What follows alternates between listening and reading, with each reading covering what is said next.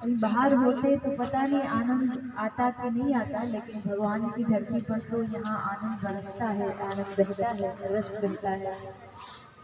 तो इन 7 दिनों में बहुत दर्शन हमने किए, कुछ छूटे, कुछ प्राप्त किया, कुछ खोया, किसी ने फोन खोया, किसी ने पैसे खोए, किसी ने मोह माया खोई, और किसी ने भगवत प्राप्ति के लिए अपने एक और कदम को आगे बढ़ाया। तो ये 7 दिन की एक अद्भुत श्री ठाकुर जी से मिलन की हमारी यात्रा आज विश्राम की ओर बढ़ रही है। आज हम भगवान के कुछ और जो कुछ स्थान बाकी हैं, लीलाएं बाकी है।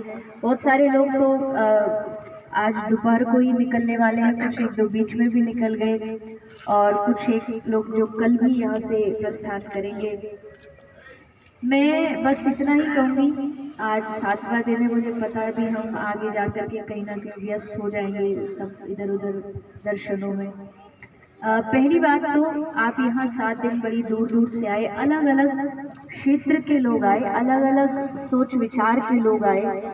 और आप सोच सकते हैं जब 150-200 लोग साथ में रहते हैं तो सबकी विचारधाराएं भी अलग अलग होती हैं। किसी को कुछ चीज देखना पसंद है, किसी को कुछ दर्शन पसंद है, किसी को है कि यात्रा पूरी लंबी हो, सारे दर्शन कराओ, एक एक दर्शन कराओ। तो किसी का ये भी भाव है कि कुछ कुछ कराओ, किसी का ये भाव है कि कीर्तन ज्यादा करो, किसी का ये कीर्तन कम करो। तो सबकी अलग अलग विधियां हैं, मनस्थिति है।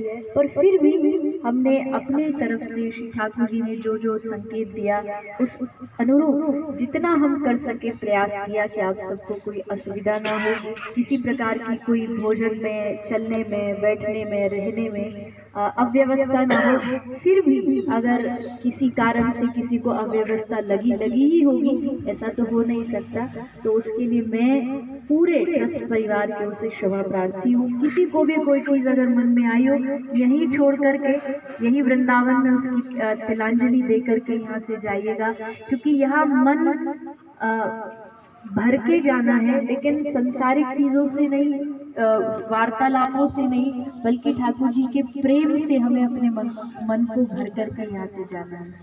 तो कोई भी अव्यवस्था हुई तो उसके लिए क्षमा प्रार्थी है। लेकिन ये ठाकुर जी का धाम है, इस धाम में ना व्यवस्थाएं देखी जाती है, इस धाम में कुछ नहीं देखा जाता। यहाँ पहले दिन ही कहा था, कन्हैया कन्हैया पुकारा करेंगे, लताओं में ब्रज की गुजारा करेंगे। ये पुकारने की धरती है, ये उनको ढूंढने की धरती है, ये उनको आवाहन करने की धरती है। वो जगत में कहीं मिले न मिले, पर इतना पक्का है वो इस ब्रज धाम में हर क्षण हर पल कहीं ना कहीं किसी न किसी रूप में लीलाएं कर रहे हैं। वो पहचानना, वो जानना, वो ढूंढना, बस वही इस ब्रज यात्रा का मुख्य उद्देश्य रहा। आप सबने उस उद्देश्य में अपनी अपनी आहुतियां दी, यानी आप सब ठाकुर जी के नाम संकीर्तन के साथ खूब नाचे, खूब गाए।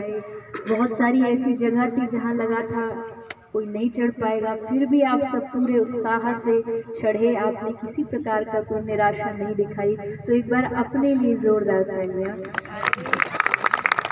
आप सब ऐसे ही ब्रजधाम आते रहे, ऐसे ही वृंदावन की धरती पर आते रहे, श्री राधा रानी आपको बार बार बुलाती रहे।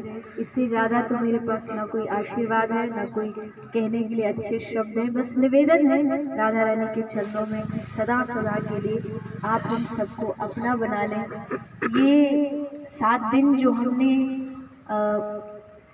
पाया है, या संसारिक भाषा में ये भी कह सकते हैं जो परिश्रम किया है, ये परिश्रम विफल न जाए। हम यहाँ श्री राधा रानी से अपना रिश्ता जोड़ने आए, ठाकुर जी से अपना संबंध जोड़ने आए, तो वो संबंध यहाँ से जुड़ के जाना चाहिए। यहाँ से भले शरीर चला जाए, लेकिन मन इसी वृंदावन में श्री राधा रानी के चरणों में बांध करके जाइए। ठाकुर जी के चरणों में उनके पीताम्बर से अपने मन को बांध करके जाइएगा कि हे श्री ठाकुर जी, अभी ये रिश्ता, अब ये संबंध कभी आपसे टूटे ना, कभी ये रिश्ता हमारा आपसे, और दिन ब दिन इसमें हमारी प्रीति बढ़ती जाए, इसमें हमारा प्रेम बढ़ता जाए। यही उद्देश्य लेकर के आज की इस विश्राम यात्रा को हम सब करेंगे। अब आज का थोड़ा सा कार्यक्रम समझ ले। अभी हम सीधा जाएंगे बिहार वन, तपोवन, चीर घाट, वो सब दर्शन करते हुए दोपहर तक हमारी जो बाहर की यात्रा है वो विश्राम हो जाएगी। फिर दोपहर के बाद हम सब बसों के साथ वृंदावन आ जाएंगे और दोपहर बाद हम सब वृंदावन के जो धाम है उनका दर्शन करेंगे। लेकिन सब जानते हैं वृंदावन में बहुत भीड़ है, एक साथ चलना सबका संभव नहीं है, सब कहीं ना कहीं बिछड़ ही जाएंगे चाहे कितना भी प्रयास किया जाए। तो कीर्तन रहेगा, कीर्तन के साथ जितने लोग चल सकते उतने चलेंगे। जो रह भी जाते हैं तो आप सब अभी जहाँ चीरघाट हम पहुँचेंगे, पंडित जी आगे कौन कौन से मंदिर पहले हम जाएंगे वो आपको एक बार बता देंगे, तो आप स्वयं भी उन मंदिरों का दर्शन करते हुए शाम को वापस अपने आश्रम में पहुँच सकते हैं।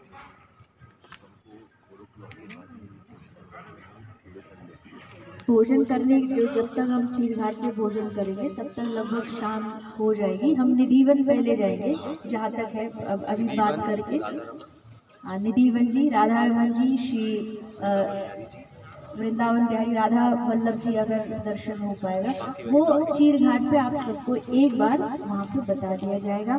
और उसके बाद शाम को आप सभी यहाँ वापस आ जाएंगे। आप सबके लिए आपके घर बाल गोपालों को ले जाने के लिए थोड़ी प्रसादी भी है, सब उसको लेकर के जाएंगे। तो अभी तो विश्राम नहीं है, अभी तो आज का दिन बाकी है। तो आज बड़े उत्साह के साथ, प्रेम के साथ सब आज की यात्रा आरंभ करेंगे। बिहारवन चलेंगे, तपोवन चलेंगे, बड़े सुंदर सुंदर वन है। आप जाओगे तो ऐसा लगेगा आज भी ठाकुर जी देखो यही रमण कर रहे हैं, इतना सुंदर वन है। तो सब बड़े भाव और उत्साह से आज की यात्रा आरंभ करते हैं। राधा रानी का नाम लेके बोले श्री राधा रानी सरकार की जय। राधे राधे। आप सभी के और देवी जी के श्री चरणों में कोटि कोटि नमन। और मैं देवी जी का बहुत बहुत आभार करता हूँ कि बहुत अच्छी शुभ यात्रा हमारे मध्य में आज हुई है 7 दिनों में। अभी देवी जी ने कहा कोई भी चीज मन में नहीं लेके जाना। एक साधु महाराज अपने स्थान से निकले, 2 साधु नदी किनारे चल रहे हैं, एक स्त्री डूब रही है। तो एक साधु के मन में आया बहु बचाओ बचाओ कर रही है कि इसको बचाऊं। दूसरे साधु ने उसने दूसरे की तरफ देखा तो उसने कहा गुरुजी ने मना किया है स्त्री को हाथ नहीं लगाना। तो वो चुप हो गया। अब दोनों चलते रहे, कुछ देर में उथल पुथल मन में होती रही एक भक्त के एक संत के, और वो भाग के गया सीधा और उसने उस नदी में से उस स्त्री को बचाया और किनारे पर छोड़कर चला आया और साथ में उस संत के चलने लगा। वो संत दूसरे संत से बहुत देर तक बात ही नहीं कर रहा था। उसने कहा भैया ऐसा क्या हो गया कि मैंने क्या कर दिया, तू उससे बोल नहीं रहा है। नहीं, गुरुजी ने मना किया था, तेने स्त्री को हाथ लगा दिया। गुरुजी ने मना किया था तुझको छूना नहीं है, तेरा तो धर्म नष्ट हो गया। तो उसने कहा भैया मैंने तो छूकर वहां से उठाकर उसको बचाकर वहीं छोड़े आया, तू अब तक उसको मन में लेकर चल रहा है, तो तू तो मुझसे बड़ा उसको छीने वाला हो गया। तो यहाँ थोड़ा इसी प्रकार भाव से रहिए। जहाँ ठाकुर जी ने हमको बुलाया है इस ब्रज यात्रा में, जिन्होंने आपका सहयोग किया है, जिन ब्रज यात्रा जैसे खाने वाले हैं, फोटोग्राफर भैया हैं ब्रज में, ड्राइवर भैया हैं, और भी जो आपको आपके दिल को छू गया हो ब्रज में, और ये ब्रजवासी साक्षात दर्शन इन ग्वाल वालों के ही हैं जिन्होंने आपको ये यात्रा कराई है। और किसके सानिध्य में कराई है? श्री राधा रानी जी के सानिध्य में आपको ये यात्रा हुई है। तो उसी भाव से आप अपना प्रणामी उन भक्तों को, उन सेवकों को, उन सेवादारों को अपनी तरफ से देकर जाएं। उनके पास से आशीर्वाद और दुआएं आपके लिए जाएंगी, क्योंकि जब तो आपके घर में कभी दवा काम नहीं करेगी ना, तो ये छोटे छोटे आपके अच्छे काम जो आप करके भूल जाते हो, ये काम उस समय हमारे काम आएंगे। तो जीवन में तो पंडित जी का भी दक्षिणा आपको यथाशक्ति जो खुशी बने, हाँ, मांगने से मुझे नहीं मिल। देखो जिसका मक्खन मीठा होता है उसको भगवान बार बार